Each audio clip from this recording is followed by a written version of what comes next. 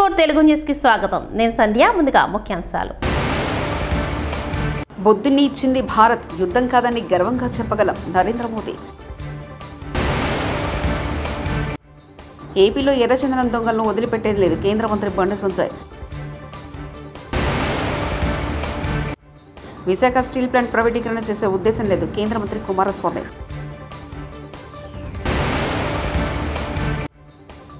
2026 జూన్లోగా Bhogapuram airport నిర్మాణం పూర్తి చేస్తాం చంద్రబాబు. ఆస్ట్రియా పర్యటన సందర్భంగా వియన్నాలో జరిగిన కమ్యూనిటీ కార్యక్రమంలో ప్రధాని నరేంద్ర మోదీ పాల్గొన్నారు. ఈ సందర్భంగా భారత సంతతి ప్రజలను ఉద్దేశించి బుధవారం ప్రసంగించారు. నేడు ప్రపంచవ్యాప్తంగా భారత్పై చాలా చర్చ జరుగుతుందని, వేల సంవత్సరాలుగా జ్ఞానాన్ని నైపుణ్యాన్ని పంచుకుంటున్నామని ప్రస్తావించారు. అంతేకాదు భారత్ బుద్ధుడిని ఇచ్చిందని, యుద్ధాన్ని కాదని ప్రపంచానికి గర్వంగా చెప్పగలమని అన్నారు.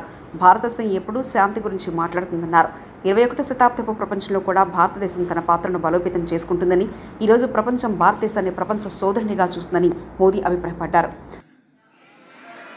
लोग बहुत कुछ पूछते हैं ना आपको,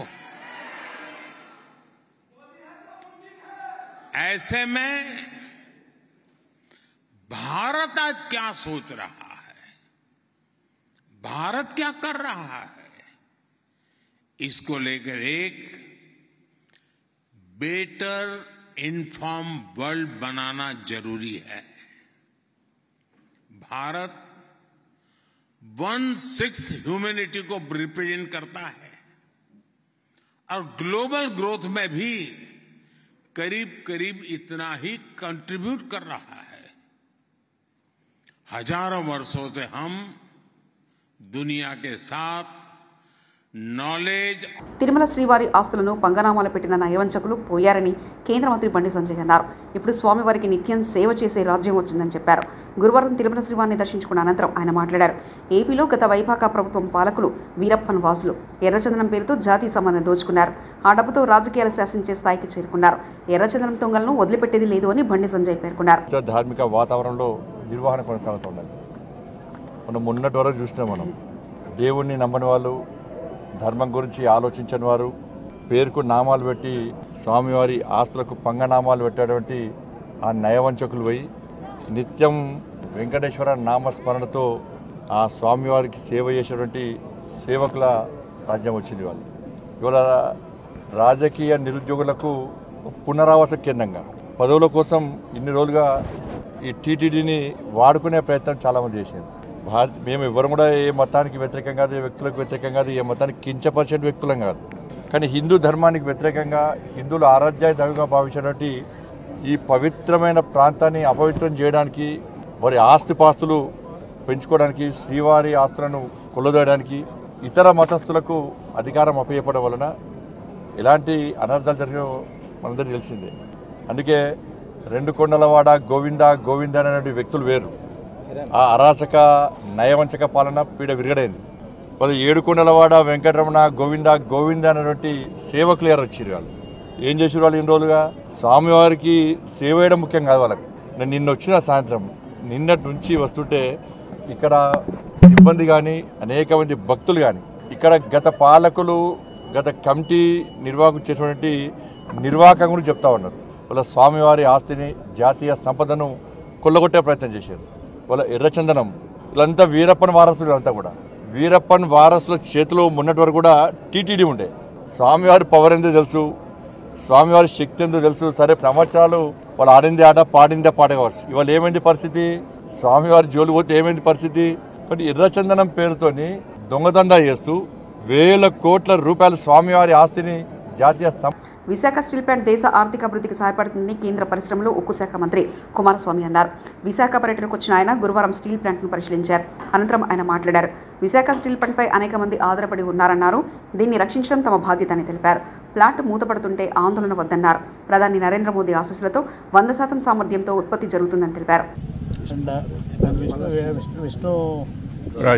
Vishnu Raju MLA and Srinivas Raju, everybody visit sales director also. We all visited the plant.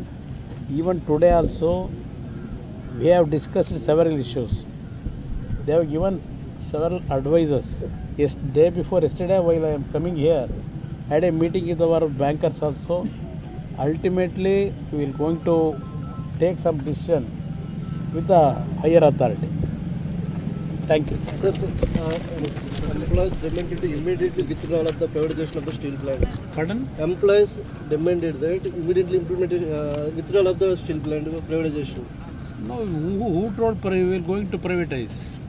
Why I came here? There is no question of privatization because before I announce, Prime Minister's permission is required. I have to convince him. What are all the issues pertaining to the RINL issue? We threadbare discussion we had. I am preparing a note to get the confidence of the Prime Minister and how to revive this RINL. For that we are working out. What is your final assurance for the employees, sir? Let us see. That's why I am telling you. There is a possibility of reviving. We can do it.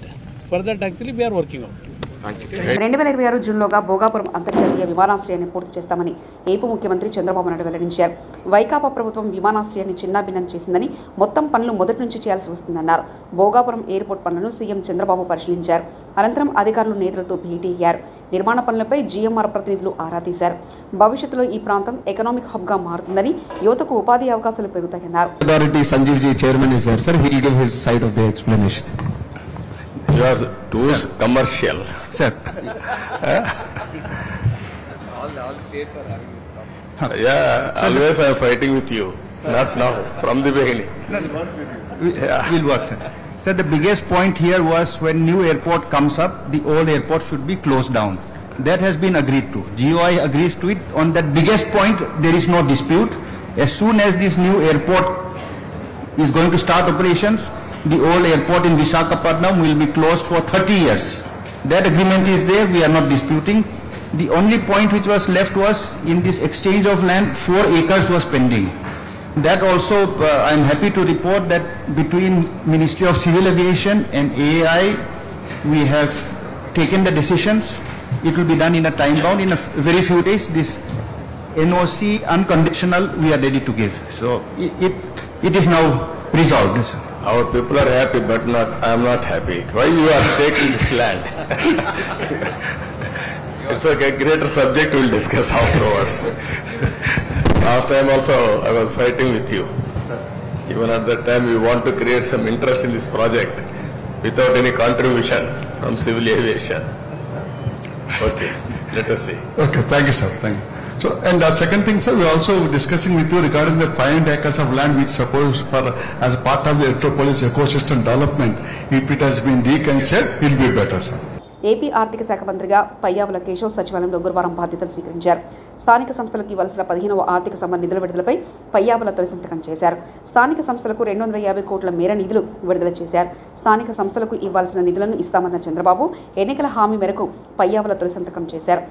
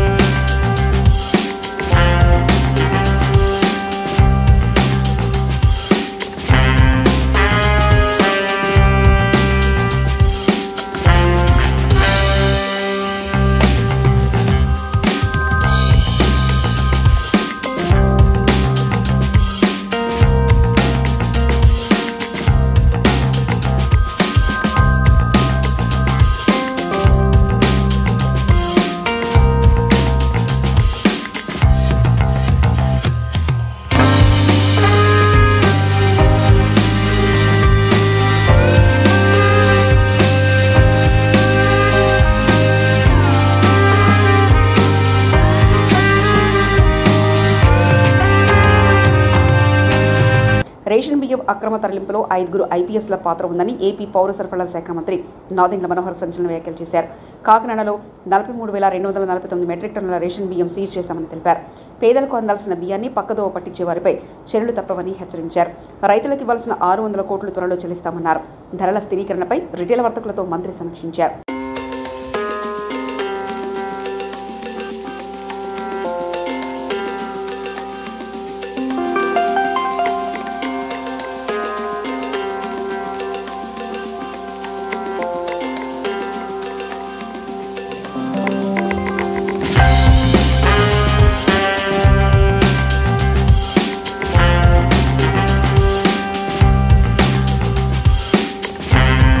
ముఖ్యమంత్రి గారి ఆదేశాలతో రాష్ట్ర వ్యాప్తంగా సామాన్యులకి అందుబాటులో ఉంచడానికి కోసం మా ప్రభుత్వం తీసుకున్న అనేక సంక్షేమ పథకాలతో పాటు వినియోగదారులకి నిత్యావసర సరుకులు సరైన ధరకు అందించాలనే ఒక ప్రయత్నం ఒక 10 రోజుల నుంచి మా డిపార్ట్మెంట్ అంతా కూడా కృషి చేశారు. అనేక ప్రాంతాల్లో రైతుల గురించి మేము కలిసినప్పుడు వాళ్ళ సమస్యలు మేము అర్థం చేసుకున్నప్పుడు ఉప ముఖ్యమంత్రి గారు పవన్ కళ్యాణ్ గారు కాకినాడలో కూడా మేము రైతులకి ధాన్యం కొనుగోలు విషయంలో అన్యాయం జరుగుతున్న దానిపైన ఆ రోజు కూడా మేము పోరాటాలు చేసాం. గిట్టుబాటు ధర, కనీస మద్దతు ధర అనే 2 అంశాలపైన రైతుకి ఎక్కడ అన్యాయం జరగకూడదని చెప్పి మా శాఖ నుంచి మేము గత ప్రభుత్వం సుమారు 36,000 కోట్ల రూపాయలు కార్పొరేషన్ ద్వారా రుణాలు తీసుకుని 1,650 కోట్లు బకాయిలు రైతులకు చెల్లించకుండా వెళ్ళిపోయింది. అయినా కానీ ఇంత క్లిష్ట పరిస్థితుల్లో, ఆర్థిక ఇబ్బందుల్లో గౌరవ ముఖ్యమంత్రి గారి చొరవతోటి, ఉప ముఖ్యమంత్రి గారు చూపించిన చొరవతోటి 1000 కోట్ల రూపాయలు తక్షణమే ఆర్థిక సాయం ఏదైతే రైతులు మేము చెల్లించాలో 1,600 కోట్ల నుంచి 1000 కోట్ల రూపాయలు మేము ఆల్రెడీ చెల్లించాం. ఇంకొక 600 కోట్ల రూపాయలు త్వరలోనే చెల్లించాల్సిన అవసరం ఉంది. అది కూడా చెల్లిస్తాం. అందులో భాగంగా ఒక సమీక్షా సమావేశంలో ముఖ్యమంత్రి గారు ధరల గురించి ఒక స్థిరీకరణ తీసుకురావాలనే ఆలోచన వచ్చినప్పుడు అధికారులు మేము అందరం కూడా రాష్ట్ర వ్యాప్తంగా ఉన్న రైస్ మిల్లర్స్ని, హోల్సేలర్స్ని, రీటైలర్స్ని, సప్లయర్స్ అందరిని కూడా ఆహ్వానించి ప్రజలు ఎదుర్కొంటున్న సమస్యలపైన స్పందించాల్సిన బాధ్యత సమాజంలో మీకు ఉంటుంది. ఇదో కుటుంబ సమస్యగా మీరు కూడా భావించాలి. ఎందుకంటే ప్రతిరోజు ధరలు విపరీతంగా పెరిగిపోతున్నాయి. కందిపప్పు 181 రూపాయలు కిలోకి అమ్ముతున్నారు మార్కెట్లో. సామాన్యులు పాపం చాలా ఇబ్బంది పడుతున్నారు. వాటి గురించి చర్చించినప్పుడు వాళ్ళందరూ కూడా పెద్ద మనసుతోటి రాష్ట్ర వ్యాప్తంగా ఒకే ధర అందించాలనే ఒక ఆలోచనతోటి ఒక 4 రోజులు కసరత్తు చేసి మా అధికారులంతా ఈ రోజున సుమారు 284 అవుట్లెట్లలో వైసీపీ అధికారంలో ఉన్న 5 ఏళ్లు కొందరు నేతలకు నోళ్లకు విశ్రాంతి లేకుండా పోయింది. ప్రతిరోజు మీడియాలో కనిపిస్తూ అప్పటి విపక్ష నేతలపై నిత్యం అభ్యంతరకర పదాలతో విరుచుకుపడేవారు. రాజకీయ పార్టీల నాయకులు విమర్శలు చేసుకోవడం సర్వసాధారణం. ఓ పార్టీ విమర్శలకు మరో పార్టీ కౌంటర్ ఇవ్వడం దేశవ్యాప్తంగా చూస్తుంటాం. కానీ ఏపీలో మాత్రం 2019 నుంచి 2024 మధ్య వైసీపీ నేతలు రాజకీయ విమర్శలను పక్కన పెట్టి విపక్ష నేతలను వ్యక్తిగతంగా టార్గెట్ చేస్తూ తిట్లతో విరుచుకుపడేవారు. సరిగ్గా 5 ఏళ్ల తర్వాత పరిస్థితులు పూర్తిగా మారాయి. ప్రజలు కోరుకుంటుంది తిట్ల పురాణం కాదని, అభివృద్ధి సంక్షేమని వైసీపీ నేతలకు తెలిసొచ్చేలా ప్రజలు ఎన్నికల్లో తీర్పునిచ్చారు. తమకు నచ్చని వ్యక్తులను, నాయకులను లక్ష్యంగా చేసుకుని తిట్టనని, మిమ్మల్ని చట్టసభలకు పంపలేదని, ప్రజల భవిష్యత్తును బాగు చేయడానికి పంపితే మీరు సర్వనాశనం చేశారని తెలిసేలా ఏపీ ఓటర్లు తీర్పు చెప్పారు. రాజకీయ వలసలపై మాట్లాడే నైతికత భారత నాయకులకు లేదని స్టేషన్ కనుపురం ఎమ్మెల్యే కడియం శ్రీహరి అన్నారు. కాంగ్రెస్ పార్టీని విమర్శించే ముందు గతంలో బారాస ఏం చేసిందో గుర్తు చేసుకుంటున్నారు. అవినీతి, అహంకారం వల్లే రాష్ట్రంలో బారాస ఓడిపోయిందన్నారు. 10 ఏళ్ల బారాస పాలన అవినీతిమని కడియం ఆరోపించారు. జనగామ జిల్లా స్టేషన్ కనుపూర్లోని క్యాంపు కార్యాలయంలో ఏర్పాటు చేసిన మీడియా సమావేశంలో కడియం ఈ మేరకు మాట్లాడారు. కుటుంబానికే పరిమితమైన అహంకారం వల్లనే కదా మీరు ఓడిపోయింది. ఇంకా మీకు జ్ఞానోదయం కావడం లేదు. రాజకీయ వలసల గురించి మాట్లాడే నైతికత మీకు లేదు.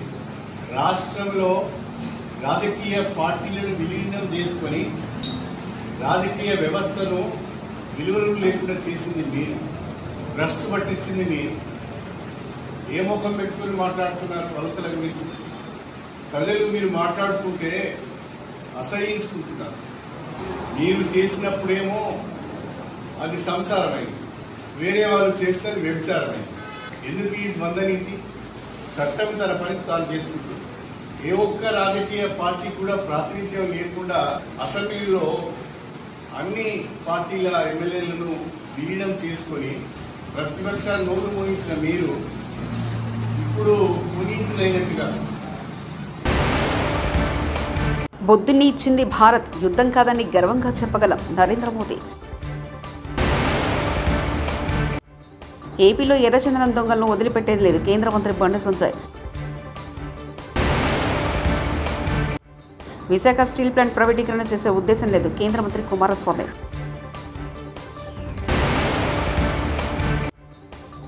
రెండు 2026 జూన్లోగా భోగాపురం ఎయిర్పోర్ట్ నిర్మాణం పూర్తి చేస్తాం చంద్రబాబు.